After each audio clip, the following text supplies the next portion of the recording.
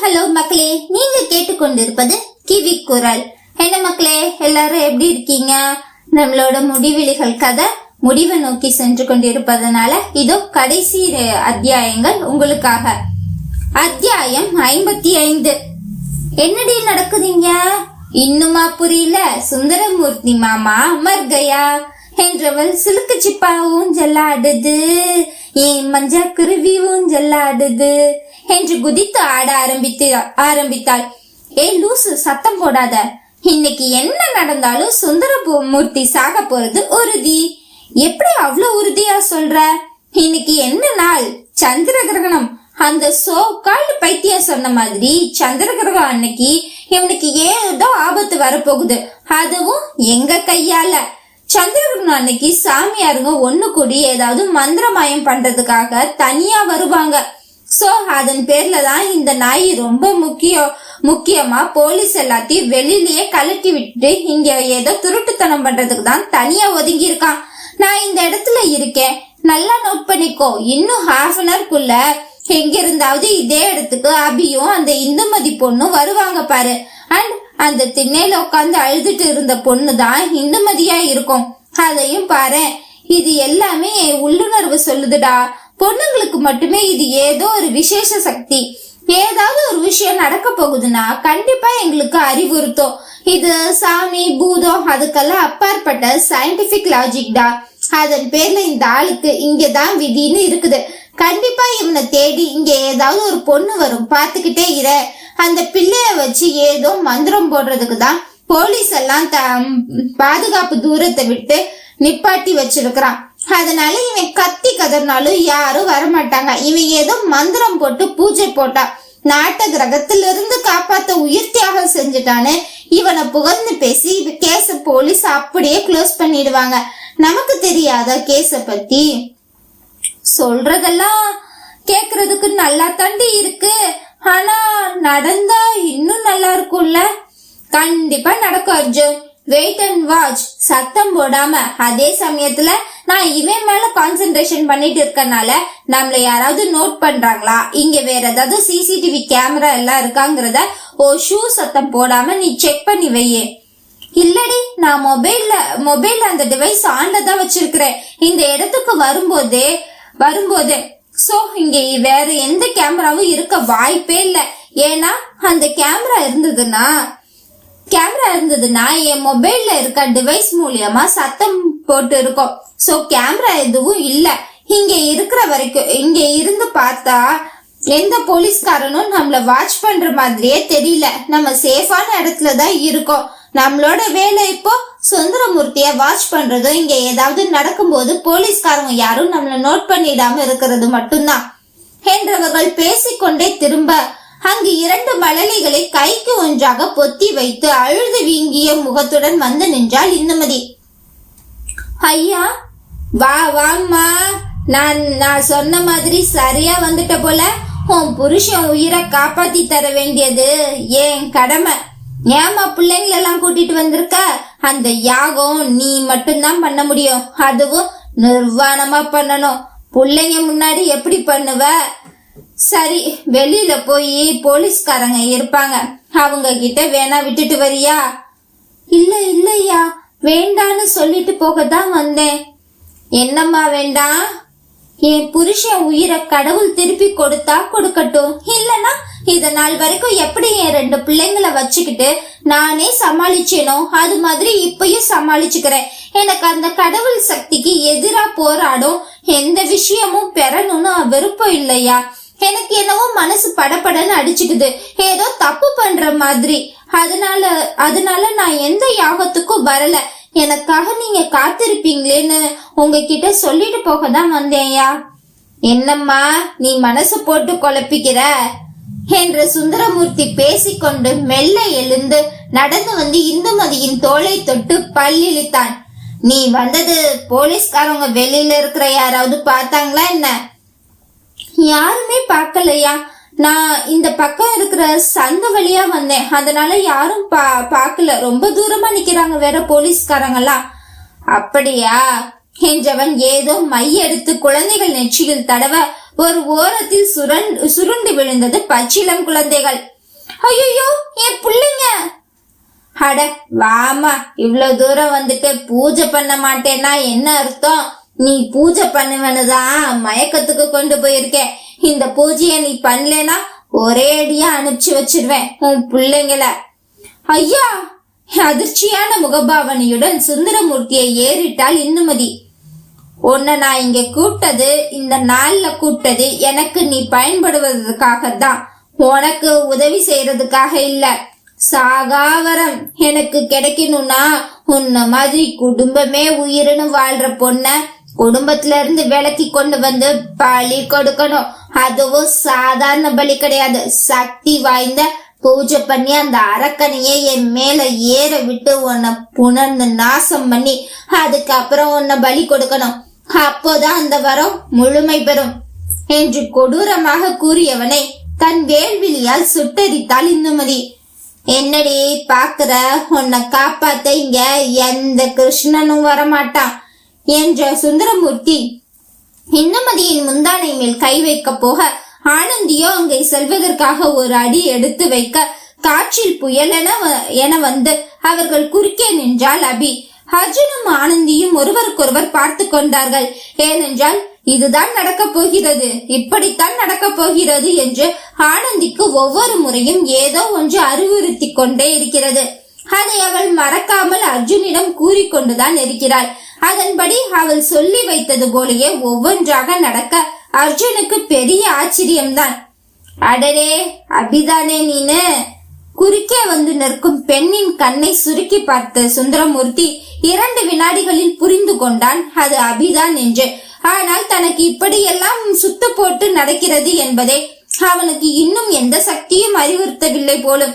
அதனால் பெண்கள் தானே என்ன பண்ணிவிட போகிறார்கள் இந்த மாந்திரிகனுக்கு முன்னே என்று தெனாவட்டாக நின்று பேசிக் கொண்டிருக்கிறான். அபிக்கு எதிரே இருப்பது தன்னுடைய எதிரி, அவனை அழித்து ரதவதம் செய்ய வேண்டும் என்பது வரை மட்டுமே மூளை சொல்லுகிறதே தவிர தான் அபி என்றும் தனக்கு முன்னே இருப்பது சுந்தரமூர்த்தி என்றெல்லாம் அவளுக்கு ஒன்றும் புரியவில்லை. ஒண்ணு வச்சே வர வாங்கலான்னு பார்த்தா இப்படி 2ம் தொக்கா வந்து நிக்குதே. 2த்தையும் அனுபவிச்சா அந்த அரக்க இன்னும் எனக்கு என்னெல்லாம் கொடுப்பானோ. கட்டிடம் மதர சிரித்த சுந்தரமூர்த்தியை ஒரு பார்வைத்தான் பார்த்தாள். சுருண்டு போய் அங்கே போட்டு இருக்கும் மேசையில் இவன் விழ கண்ணை சுருக்கி யோசித்தவனுக்கு இப்பொழுதுதான் பொறி தட்டியது. தன்னை அழிக்கத்தான் அபி வந்திருக்கிறாள் என்று. ஆனால் இங்கு நடக்கும் மத்த பூகம்பம் எதுவும் அவனுக்கு அப்பொழுதும் புரியவில்லை. எப்படியும் தன்னுடைய சக்தியை வைத்து பார்த்து கொள்ளலாம் என்று கையில் எலும்பு கூடுகள் அடங்கிய மாலையை எடுத்து வீர நடனம் போட்டான் சுந்தரமூர்த்தி. அதற்குள் அபி திரும்பி அர்ஜுனும் ஆனந்தியும் நிற்குமிடம் நோக்கி எரிக்கும் பார்வை பார்க்க வெளவெளத்து கொண்டு அவர்கள் இருவரும் வெளியே வந்தார்கள். நீங்க எப்ப வந்தீங்க? இங்க என்ன பண்றீங்க? என்ன நடக்குதுங்க? ஓ, குடும்பமா வந்து என்ன ஸ்கெட்ச் போட்டு தூக்க பாக்குறீங்களா? வாசல்ல கேரளா காவல் நிலையமே எனக்காக இருக்கு, மனசுலாயோ?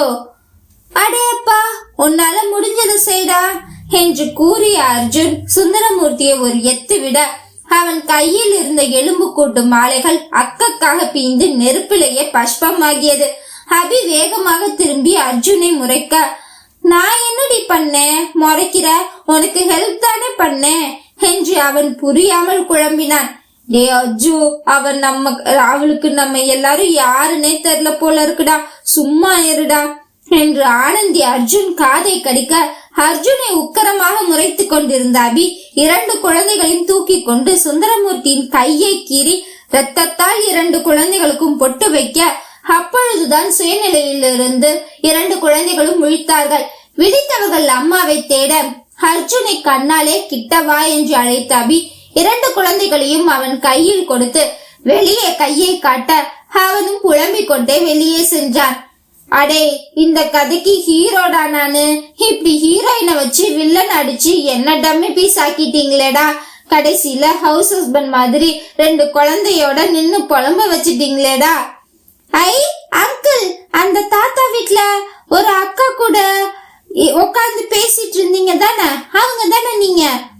அப்பாடா, பையனுக்கு ஏதோ ஆகல போல என்று வாய் விட்டே அர்ஜுன் சொல்ல அங்கிள் அங்கிள் எனக்கு சுச்சு வருது, அங்கிள் எனக்கு தண்ணி வேணும், பசிக்குது, ஐயோ பயமா இருக்குது, அம்மா கிட்ட போகணும் என்று 2 குழந்தைகளும் அர்ஜுனை போட்டு பாடாக படுத்தியது. இருங்க பிள்ளைங்களா, நானே போலீஸ்காரனுக்கு கேட்டக்கூடாதுன்னு பாத்துக்கிட்டு இருக்கேன் என்ற அர்ஜுன் அந்த கட்டிடம் விட்டு 4 எட்டு வெளியே வைக்க அங்கு அப்படி ஒரு சத்தம் கேட்பது கேட்காத அளவுக்கான மயான அமைதியாக இருந்தது. மீண்டும் 2 எட்டுக்கள் பின்னாடி நடக்க அங்கே உள்ளே உருளும் சத்தமும் சுந்தரமூர்த்தியின் கதறல் சத்தமும் கேட்டுக்கொண்டிருந்தது. அடடா, சூனியம் வைக்கிற சுந்தரமூர்த்திக்கே யாரோ சூனியம் வச்சிருக்கிறாங்க போலயே, இன்னைக்கு செத்தா சேகர் என்ற அர்ஜுன் அங்கு பின் வழியாக இருக்கும் கடையை நோக்கி 2 பிள்ளைகளையும் அழைத்து கொண்டு சென்றான். அத்தியாயம் 56. சுந்தரமூர்த்தியை சக்கையாக கசக்கி பிழிந்தார்கள் 3 பெண்களும். இவர்கள் அடித்து துவைக்க சுந்தரமூர்த்தியால் எந்திரிக்க கூட முடியவில்லை. அப்பொழுதுதான் புரிந்தது அபி ஏன் அர்ஜுனை முறைத்திருந்தாள் என்று. ஆம், அவன் கையில் வைத்திருந்த எலும்பு கூட்டு மண்டையில் தான் அத்தனை சக்திகளும் இருந்தது. அதை மட்டும் அந்த சிறுவர்கள் எழும்புவதற்கு முன்னாடியே பறித்திருந்தால் கண்டிப்பாக அந்த குழந்தைகளை அவன் மந்திரத்தின் பிடியிலிருந்து காப்பாற்றுவதே பெரும்பாடாக இருந்திருக்கும். அதனால் தான் அபி முறைத்துவிட்டு அதற்குள் மண்டையை ஓட்டு எலும்பு முழுதாக எரிவதற்குள் சுந்தரமூர்த்தியின் கையில் இருந்த ரத்தத்தை கீறி அந்த சிறுவர்களை முதலில் மயக்கம் தெளிய வைத்துவிட்டு பின்பு சுந்தரமூர்த்தியை துவசம் பண்ணினார்.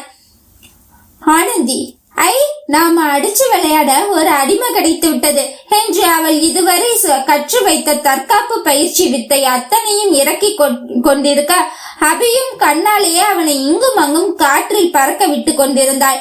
இந்துமதி எதையும் உணரும் நிலையில் இல்லாமல் அவனை வெறித்த பார்வை பார்த்து கொண்டு கண்ணீர் விட்டு அழுது கொண்டிருந்தாள். சுந்தரமூர்த்தியை வைத்து விளையாடும் ஆனந்தியை அபி ஒரு பார்வை பார்க்க அவள் அட்டென்ஷன் என்று நின்று விட்டாள். அடுத்து இந்துமதியை கனிவாக கிட்டே வரும்படி அழைக்க 3 பெண்களும் தங்கள் கையை இறுக்கி பிடித்து கொண்டு ஓங்கி நெஞ்சிலேயே சுந்தரமூர்த்தியை மிதிக்க அவன் தரையோடு தரையாக சாம்பலாக இவர்கள் கண்முன்னே மாறுவதை அதிசயித்து பார்த்தார்கள் இந்துமதியும் ஆனந்தியும். இத்தனை செய்யும் போது அவனால் ஒரு வார்த்தை கூட பேச முடியவில்லை.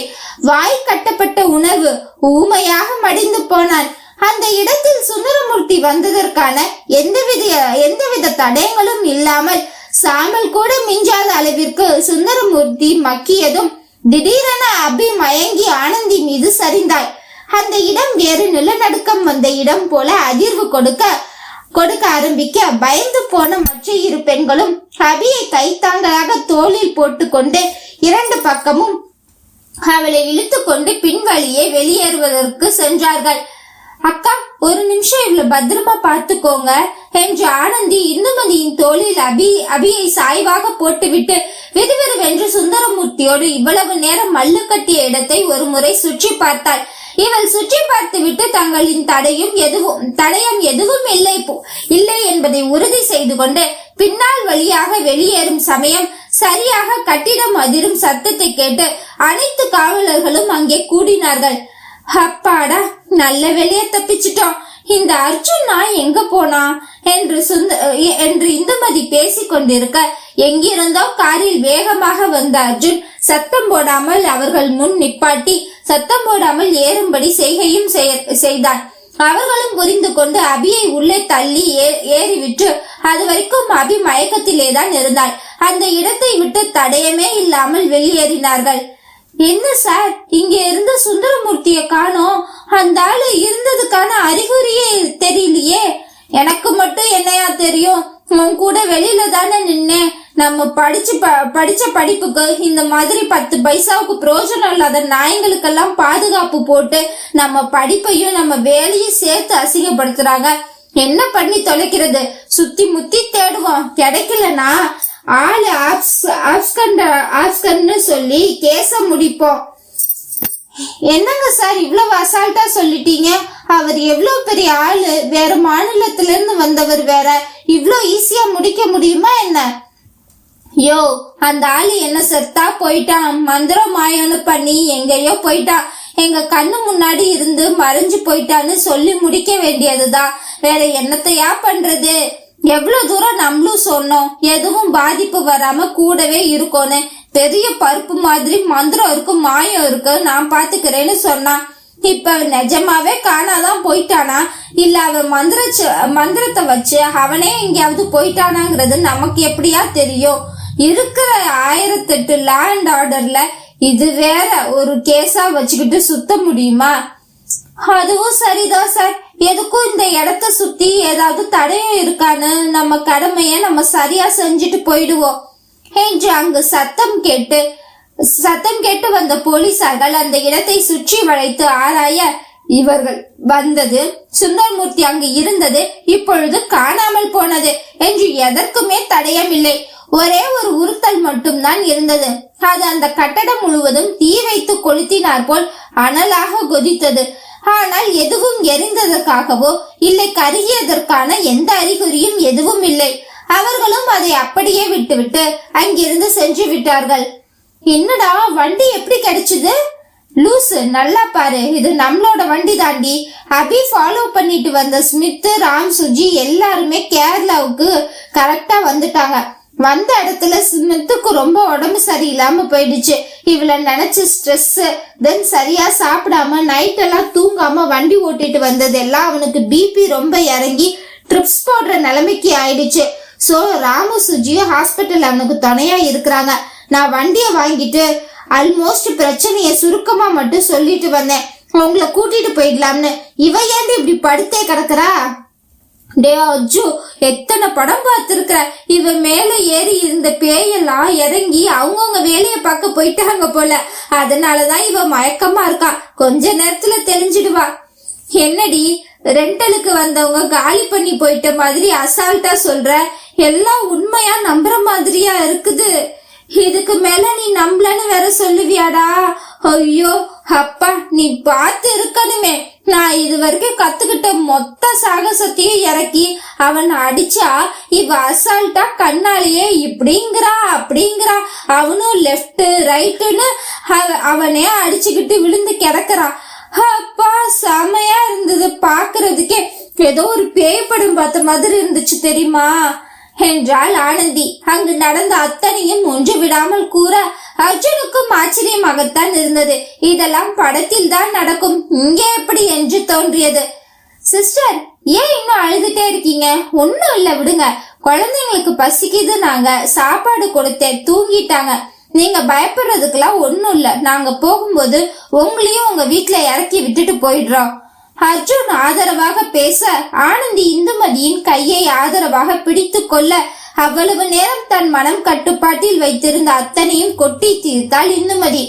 கேட்டுக்கொண்டிருந்த இருவருக்கும் ஆச்சரியமாகத்தான் இருந்தது. இப்படியெல்லாம் கூட நடக்குமா? வெறும் ஒரு செய்வினையை வைத்து மனதாக உற்ற காதலியை மறந்துவிட்டு இன்னொரு பெண் பின்னால் போக முடியுமா? அதுவும் குழந்தை கொடுக்கும் அளவிற்கு. தாம்பத்தியம் அவ்வளவு எளிதாக ஆகிவிட்டதா? முன்னால் அர்ஜுனாக இருந்தால் யாரிடம் கதை விடுற? உங்க அரிப்புக்கு இன்னொரு பெண்ணை தேடிட்டு போயிட்டு சாமி பூதோன்னு கதை விடுறீங்களா அப்படி என்று கேட்டிருப்பார்கள். ஆனால் இப்பொழுது இருக்கும் ஆனந்தி அர்ஜுனுக்கு கண் கூடாக பார்த்து நிறைய அமானுஷ விஷயங்கள் குழம்பி போயிருந்தவர்களுக்கு எது உண்மை எது பொய் என்று நம்ப முடியவில்லை. அவர்கள் மனம் பாவம் இந்துமதிக்காக வருந்தியது. அவர்கள் நன்றாக இருக்க வேண்டும் என்றும் என்ன தோன்றியது. சிஸ்டர், நீங்க சொல்றத நம்பவும் முடியல, நம்பாம இருக்கவும் முடியல. நான் என்னோட விசிட்டிங் கார்டை கொடுக்கறேன். நீங்க போய் பாருங்க, உங்க வீட்டு பாருங்க, சிச்சுவேஷன் எப்படின்னு பாருங்க. ஃபர்ஸ்ட் அந்த லைஃப் எனக்கு செட் ஆகல, அதுல இருந்து தனியா நான் லைஃப் ரன் பண்ணணும் அப்படின்னா நீங்க தாராளமா எங்க ஆபீஸ்ல வந்து சேரலாம். உங்க பிள்ளைங்களை படிக்க வச்சு உங்களுக்கான பாதுகாப்பு, பினான்சியல் சப்போர்ட் கண்டிப்பா நாங்க செய்வோம். சும்மா எல்லாம் இல்ல சிஸ்டர், உங்ககிட்ட இருந்து வேலைய வாங்கிட்டு தான் செய்வோம். சோ நீங்க பயப்படாம தன்னம்பிக்கையா இருக்கணும். உங்க பிள்ளைகளுக்காகவாது அழுகாம தைரியமா இருக்கணும் என்று அர்ஜுன் தன் பையில் இருந்து விசிட்டிங் கார்டை எடுத்து இந்துமதி கையில் கொடுத்தான். பின்பு இவர்களும் ஸ்மித் இருக்கும் மருத்துவமனைக்கு அழைத்து செல்லப்பட்டு அபி மயங்கி விழுந்து விட்டால் என்று மருத்துவரிடம் ஏதேதோ காரணம் கூற அவர் பரிசோதித்துவிட்டு இது வெறும் பயத்தினால் வந்த மயக்கம்தான் என்றும், ரொம்பவே சோர்வாக இருக்கிறார்கள், இவரும் சரியாக சாப்பிடவில்லை போலும், ட்ரிப்ஸ் ஏற்றிவிட்டு முடிந்ததும் கூட்டிக் கொண்டு கிளம்புங்கள் என்று கூறிவிட்டார். பின்பு அங்கு நடந்த விஷயங்கள் எல்லாமே அபிக்கு ட்ரிப்ஸ் ஏற்றும் கேப்பில் ஆனந்தி விளக்கி கூறி கொண்டிருக்க இந்துமதிக்கு பிரமிப்பாகத்தான் இருந்தது.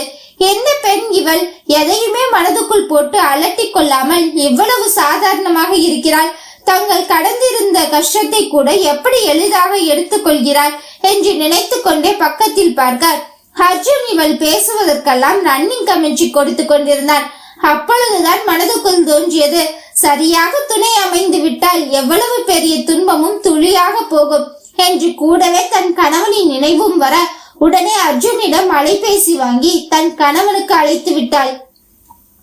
என்னங்க இந்து, இந்து நல்லா இருக்கியா? குழந்தைங்க என்ன கேட்டாங்களாடா? எங்க இருக்க? இருக்கேன், காலையில வந்துடுவேங்க. நீங்க எப்படி இருக்கீங்க? நீ இல்லாம ஒவ்வொரு நிமிஷமும் ஏதோ உடம்புல இருந்து ஒவ்வொரு உறுப்பா என்னை விட்டு போறது போல இருக்குதுடி. சீக்கிரம் வா, நம்ம பிள்ளைங்களை பார்க்காம என்னால இருக்க முடியல. உன் தங்கச்சிக்கு பிரசவ வலி வந்துருச்சு, ஹாஸ்பிட்டல்ல சேர்த்து இருக்கேன்.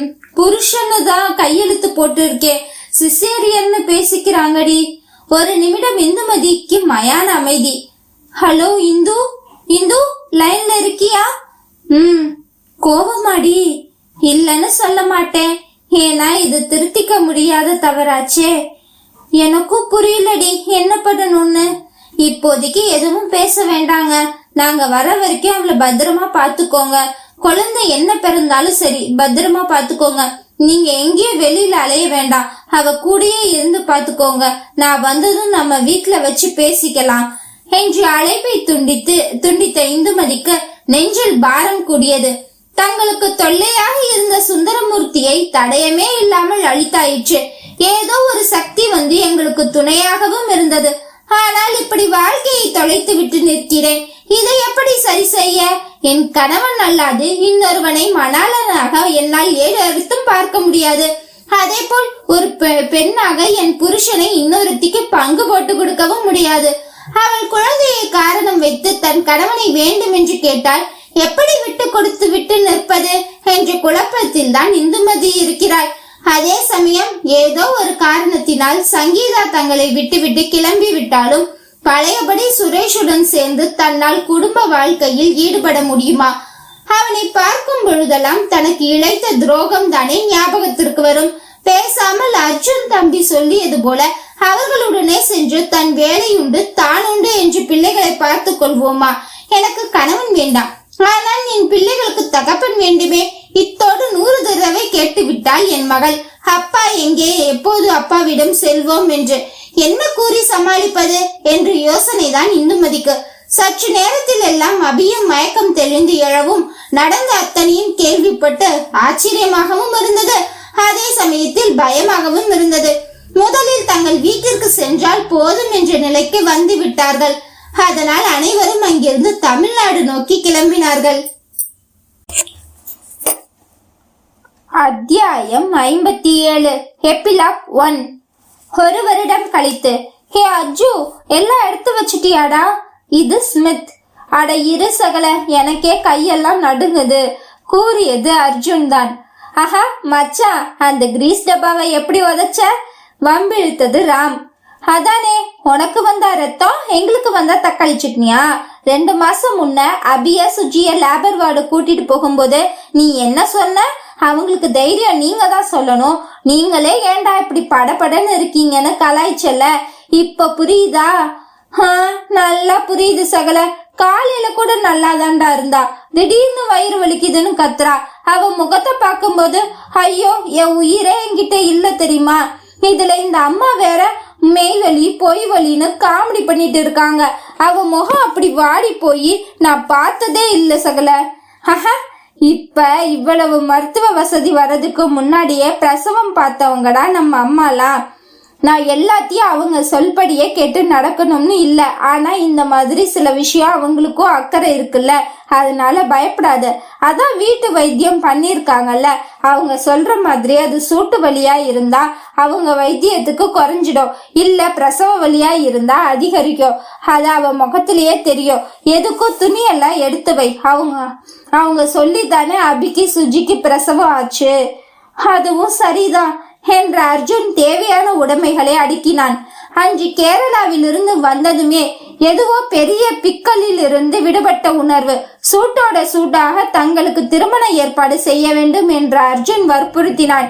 ஏனென்றால் கல்யாணத்திற்கு முன்னாடியே வயிற்றை தள்ளி கொண்டு நின்று விடுவாளோ என்கின்ற பயம், ஏற்கனவே கூடி கழித்தாயிற்றே என்ற அச்சம். ஆனால் நல்ல வேளையாக திருமணம் முடிந்த பிறகுதான் ஆனந்தி உண்டானாள். கேரளாவில் இருந்து வந்ததும் அபி அடிக்கடி மயக்கம் போட்டு விழ என்னவோ ஏதோ என்று மருத்துவரிடம் கூட்டி செல்ல அவர்கள் பிள்ளை உண்டாகி இருப்பதாக பச்சை கொடி காட்டி விட்டார்கள்.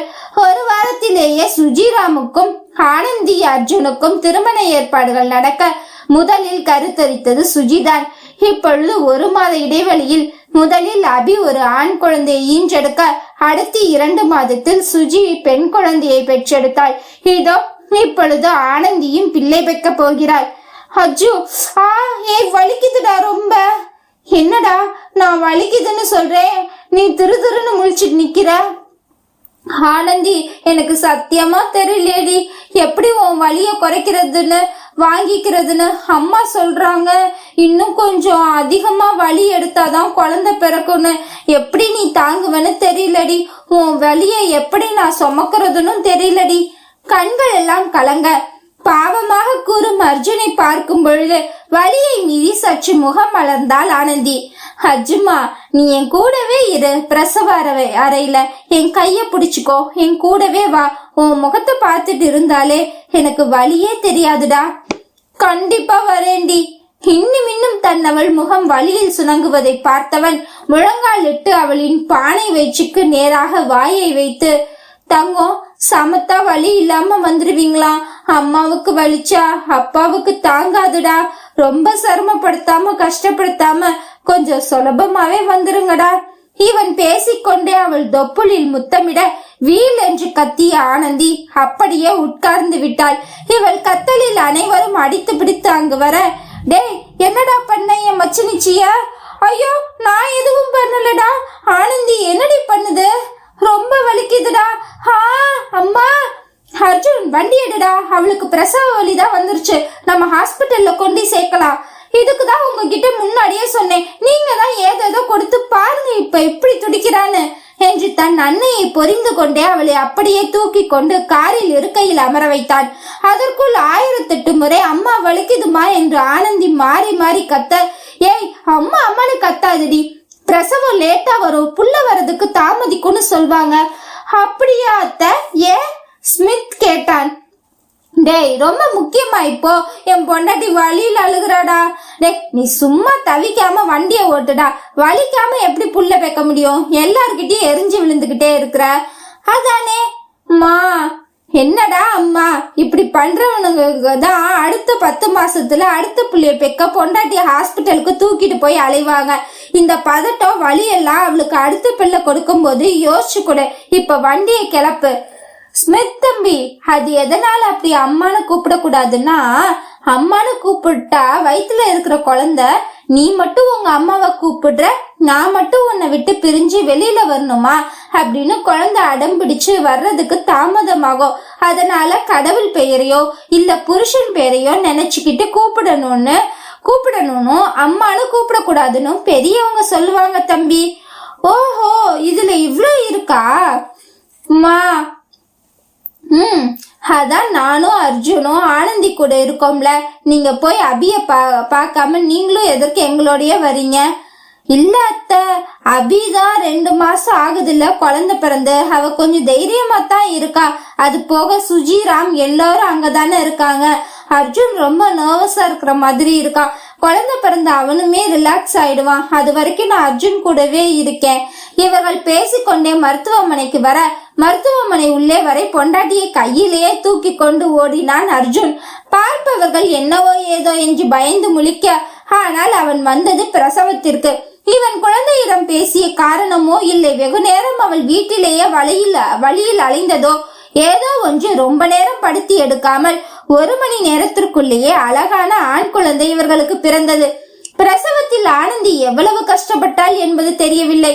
ஆனால் அர்ஜுன் எப்படி அவள் வலியை வாங்கிக் கொள்வது என்று மனதால் ரொம்பவே துடிதுடித்து போனான். அத்தனையும் கையில் ரோஜா மொட்டாக குட்டி கை கால்களோடு இருக்கும் தன் மகனை பார்க்கும் வரையில்தான். எப்படி இருக்கடி? நம்ம பையனை பாக்குறியா? உன்ன போலவே இருக்காண்டி. குழந்தை பிறந்ததும் அர்ஜுனை வெளியே அனுப்பிவிட்டு சுத்தம் செய்யும் வேலையில் ஈடுபட்டு பின் அவளை நார்மல் வார்டிற்கு மாற்றிய பிறகு குழந்தையுடன் அனுமதித்தார்கள். இல்ல, மூக்கு ஒன்ன மாதிரி தான் அர்ஜுன். அப்படியா? ஆனா லிப்ஸ் ஒன்ன போலதான் இருக்கு பாரு, பென்சில்ல வரைஞ்சு வச்ச மாதிரி இருக்கு. இவர்கள் ஒவ்வொரு உறுப்பாக மாற்றி மாற்றி சொல்ல கடுப்பான குழந்தையோ வீல் என்று அழ ஆரம்பித்தது. அட, எனக்கு முதல்ல பாலை கொடுத்துட்டு அப்புறம் நீங்க உங்களோட வர்ணனையை வச்சுக்கோங்கடா என்பது போல் தான் இருந்தது. சுகப்பிரசவம் என்பதனால் 3 நாட்கள் மட்டுமே மருத்துவ வாசம் பெற்று பின்பு வீட்டிற்கு அழைத்து செல்லப்பட்டார்கள். இப்பொழுது அனைவருமே ஒரே வீட்டில் தான் இருந்து கொண்டிருக்கிறார்கள். அவர்கள் வேலைக்கும் சரி, பெண்கள் மூவரும் மாற்றி மாற்றி கருவுட்டதனால் என்னவோ அனைவரும் ஒரே வீட்டில் இருக்க இவர்களை பார்த்து கொள்ள தாயார்களும் வந்து தங்கிவிட்டார்கள். சுஜியும் ஆனந்தியும் 9 மாதம் பத்திரிகையில் தான் வேலை செய்து கொண்டிருந்தார்கள். இப்பொழுது பிரசவ விடுப்பு எடுத்து வீட்டில் இருக்கிறார்கள். அபி வீட்டில் இருந்தே கைவினை பொருட்கள் செய்வது, அதை ஆன்லைன் மூலம் விற்பது என்று அவளுக்கென்று ஒரு அங்கீகார தொழிலில் இருக்கிறார். இப்பொழுது கோயில் குளம் என்று அழைக்கிறாள் தான். ஆனால் எந்தவித தொந்தரவும் இன்றி இவர்கள் அன்று இந்துமதியை கொண்டு அவள் வீட்டில் விட்டதோட சரி. அதற்கு அடுத்து இவர்கள் காணவும் இல்லை. இவர்கள் அவளை தொந்தரவு செய்யவும் இல்லை. அவளும் இவர்களை தொடர்பு கொள்ளவில்லை. அர்ஜுன், ராம், ஆனந்தி, சுஜி நால்வரும் சுந்தரமூர்த்தியின் முகத்திரையை கிழித்த ஆதாரங்களை பயன்படுத்தி அதை வெளியுலகத்திற்கும் காட்டிவிட்டார்கள். சுந்தரமூர்த்தி தற்போது என்ன ஆனான் என்பது பலருக்கும் தெரியாது என்பதால் அவரை யாரும் கண்டுகொள்ளவும் இல்லை, தேடவும் இல்லை. சுந்தரமூர்த்தி போல் 1000 சாமியார்கள் வரத்தான் செய்வார்கள். அவரை நம்பாமல் இருப்பதுதான் நாம் செய்ய வேண்டியது என்று தன்னுடைய பத்திரிகையில் நல்லபடியாக அர்ஜுன் எழுதி முடிக்க, நால்வரும் பதவி உயர்வும் சம்பள உயர்வும் என்று அந்த பத்திரிகை நிறுவனம் இவர்களை கொண்டாடி தீர்த்தது. ஸ்மித் தன்னுடைய வேலையை பாதி நாள் வீட்டிலிருந்து செய்யவும், வாரத்தில் சில நாட்கள் மட்டுமே அலுவலகத்திற்கு சென்று செய்யவும் மாற்றிக்கொண்டான். அபி வீட்டில் இருப்பதனால் அவளை விட்டு எங்கும் செல்ல மனமே இருப்பதில்லை. ஆனால் பழையதை பற்றி பேச அவர்களுக்கு நேரமும் இல்லை. அவர்களுடைய காதல் வாழ்க்கையின் அவர்கள் மூழ்கிவிட்டார்கள். ஸ்மித் இன்னும் தன்னுடைய சேவைகளை செய்து கொண்டுதான் இருக்கிறான். ஆனால் எந்தவித ஆவிப்பைகளின் தொந்தரவும் அவனுக்கு இருப்பதும் இல்லை. அதனால் இவர்களின் குடும்ப வாழ்க்கை பாதிக்கப்படவும் இல்லை. சுந்தரமூர்த்தியின் பெயரை கேட்டாலோ இல்லை ஆவிப்பைகள் சம்பந்தமாக ஏதேனும் பேச வேண்டியது இருந்தாலோ பழையது எதுவும் கிளறாத வகையில் ஒருவருக்கொருவர் தங்கள் துணைகளை பார்த்து கொண்டார்கள். என்ன அஜு, சீரியஸ் திங்கிங்? இல்ல சகல, நம்ம டீச்சர்ஸ் காலனில ரொம்ப நாளா ஒரு கட்டடம் இருக்குல்ல, ஆமா, டீமன் இல்லம்னு போட்டிருக்கோம். அத பத்தி நியூஸ் கலெக்ட் பண்ணி போடணும். அதுதான் எங்களோட அடுத்த ஆர்டிக்கல். பேய் பங்களாவா? நானும் வரேன் அர்ஜுன், பிளீஸ். கண்ணில் மின்னல் மின்ன வாயெல்லாம் பல்லாக ஓடி வந்து அர்ஜுனின் தோலை தொங்கினாள் அபி. அமானுஷ்யங்கள் என்றும் முடிவெளிகள் தான். அத்தியாயம் 58. எபிலாக் 2. சுரேஷ், இந்துமதி. அரசு மருத்துவமனை பிரசவ அறையில் குழந்தைகள் அழுகுரல் ஒரு பக்கம், தாய்மார்கள் குழந்தை பேருக்கு வழியில் அழும் குரல் ஒரு பக்கம் என்று கத்தி பிடிக்கும் ஆணை கூட கதிகலங்க வைத்துவிடும் அந்த சத்தங்கள். அப்படித்தான் சுரேஷும் தன்னை யாராவது இந்த சத்தத்தில் இருந்து காத்து கொண்டு வெளியே செல்ல மாட்டார்களா என்று எண்ணி திரும்புகையில் இடுப்பில் திவ்யாவை சுமந்து கொண்டு விரலில் தீனாவை பிடித்து கொண்டு தன் மனைவி வேர்க்க விறுவிற்க நடந்து வருவதை பார்த்தவனுக்கு உள்ளமெல்லாம் பூரித்து போனது. கண்ணில் கனிவு பிறந்தது. என்ன குழந்தை? பையன். வெள்ளிக்கிழமை அதுவும் ராகு காலத்துல எடுக்க ஏன் அனுமதிச்சிங்க? கொஞ்ச நேரம் தள்ளி தான் எடுத்திருக்கிறது. நீங்க இங்கதானே இருந்தீங்க, இதெல்லாம் பார்க்க மாட்டீங்களா? நான் என்ன பண்ணட்டும்? குழந்தையோட ஹார்ட் பீட் குறையுது, அவசரமா ஆபரேஷன் பண்ணி எடுக்கணும்னு சொல்லிட்டாங்க. இருந்த பதட்டத்துல எனக்கு இன்னைக்கு வெள்ளிக்கிழமைங்கிறதே நினைப்பில்ல. இதுல ராகு காலம் நல்ல நேரம் எல்லாம் எங்க இருந்து நான் நினைப்பு இருக்கோம். சரி, சங்கி எப்படி இருக்கா? அழுதுகிட்டே படுத்திருக்கா. என்ன ஏதுன்னு கேட்டு பார்த்துட்டேன். கேட்டு கேட்டு வாயு ஓஞ்சு போய் வெளியில வந்துட்டேன். எனக்கு எல்லா பிள்ளையும் அழுகிறது பார்க்கவே ஒரு மாதிரி பயமா இருக்குதுடி. சரி, அதான் நான் வந்துட்டேன்ல, நீங்க வீட்டுக்கு கிளம்புங்க. போய் முதல்ல குளிச்சுட்டு எங்களுக்கு ஏதாவது சாப்பிட கொண்டு வாங்க என்று இந்துமதி உள்ளே சென்றாள். சங்கி, புள்ள அழுகுது பாரு, பால் கொடு. உனக்கு செஞ்ச பாவம் தான்க்கா, எனக்கு பால் வரல, ஒரு சொட்டு கூட வரல. குழந்தை பிறந்ததுல இருந்து எத்தனையோ ஊசி மாத்திரை எல்லாமே கொடுத்துட்டாங்க பால் ஊறணும்னு. ஆனா துள்ளி கூட வரவே இல்லக்கா. கண்களை மூடி படுத்திருந்த சங்கீதாவின் கண்களில் கண்ணீர் நிற்காமல் வந்தது. அதுக்குன்னு புள்ளைய எப்படியே கத்த விட்டுட்டு இருப்பியா? ஏன், அவர் தான் வெளியில நின்னாருல, பால் கொஞ்சம் வாங்கி சங்குல ஊத்த வேண்டியது தானே. என்னவோ போ, புள்ள அருமை தெரியாம இருந்துட்டு என்ற இந்துமதி ஒரு கிண்ணத்தை எடுத்து தான் கொண்டு வந்திருந்த பையிலிருந்து சர்க்கரையை கொஞ்சம் அதில் கொட்டி தண்ணியையும் சேர்த்து கலக்கி அதை தொட்டு அந்த குழந்தையின் வாயில் வைக்க அதுவோ சப்பி கொட்டி குடிக்க ஆரம்பித்தது.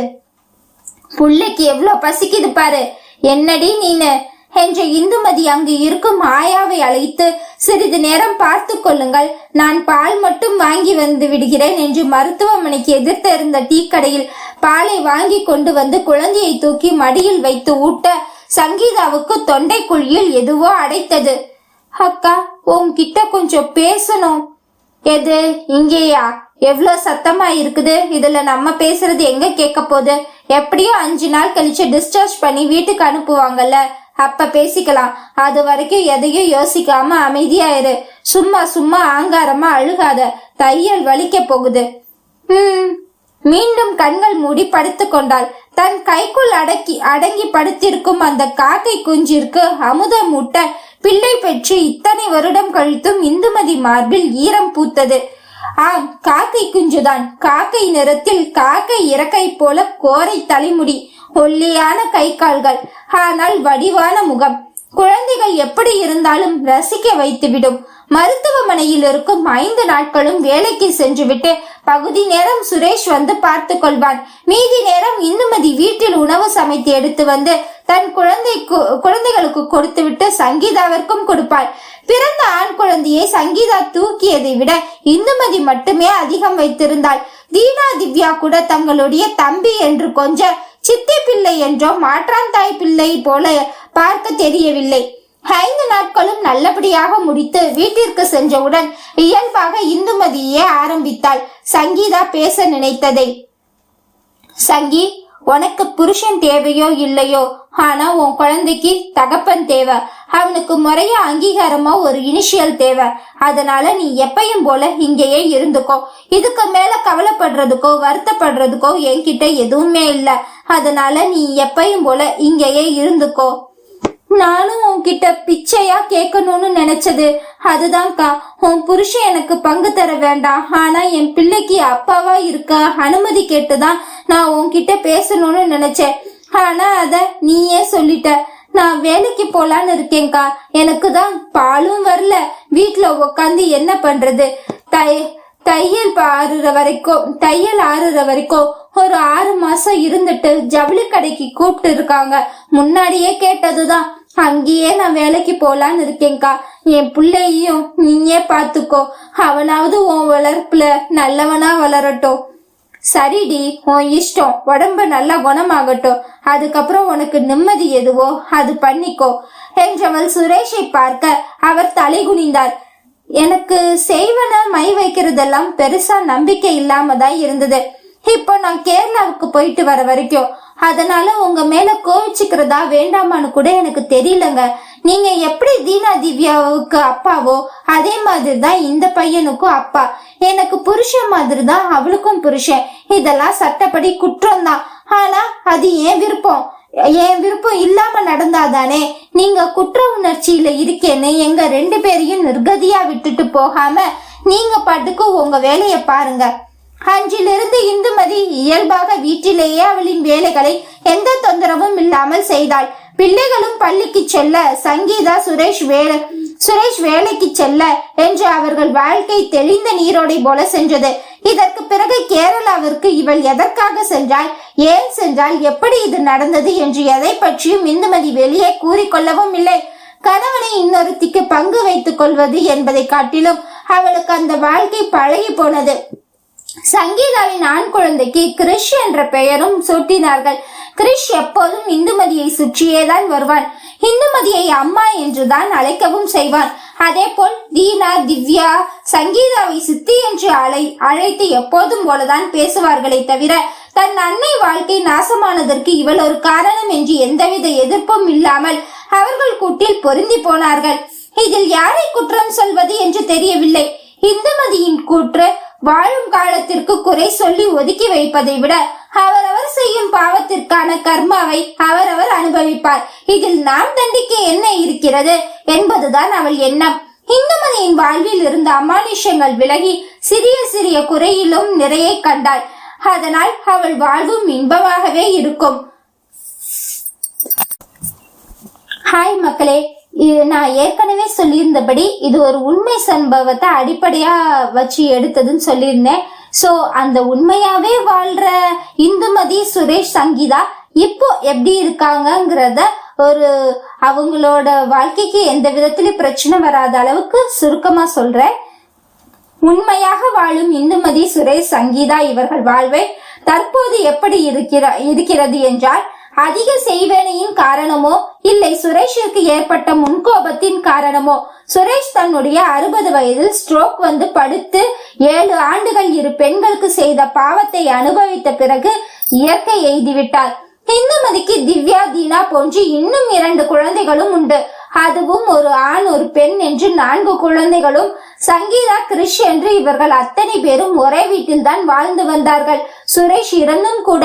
இந்துமதியின் 2 பெண் பிள்ளைகளும் திருமணம் முடிந்து அவரவர் கணவர்களுடன் சந்தோஷமாக வாழ்க்கை வாழ்ந்து கொண்டிருக்கிறார்கள். இந்துமதியின் 2 ஆண் பிள்ளைகளும் திருமணம் முடிந்தாயிற்று.